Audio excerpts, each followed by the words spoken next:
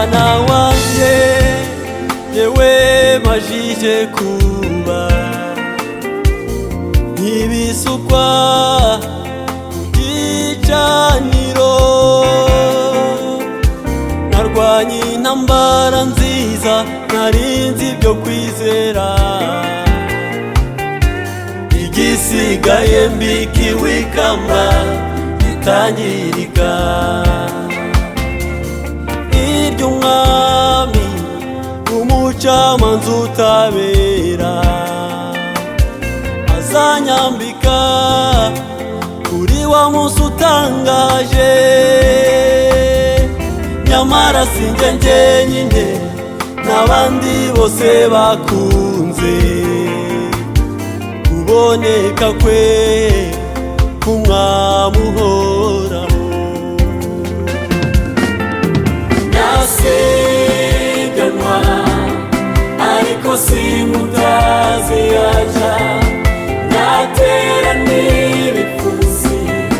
ariko simusha ndashaka gusingira icyo Kristo yafatiye kurwana n'isi n'urugamba ariko nzarutsinda ndasiganwa ariko simutazi ndatera ibipfunsi ndatera n'ibipfusi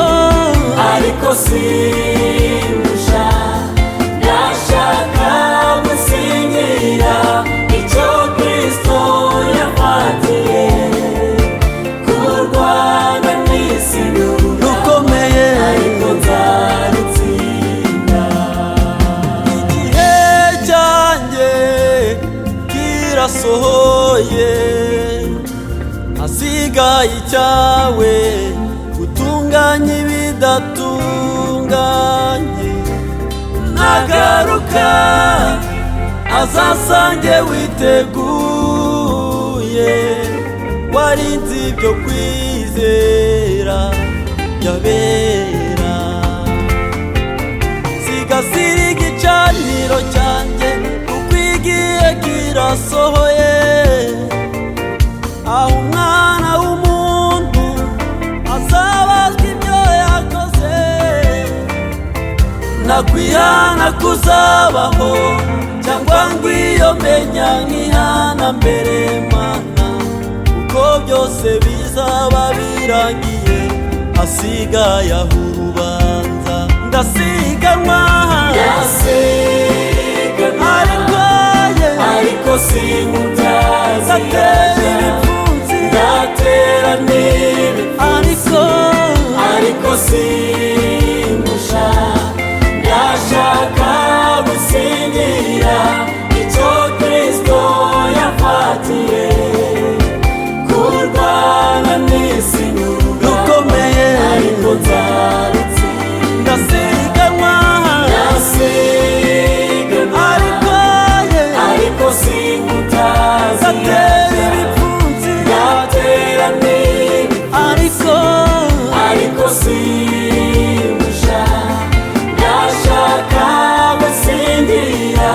icyo Kristo yafatiye kurwana n'isi n'urugamba ariko nzarutsinda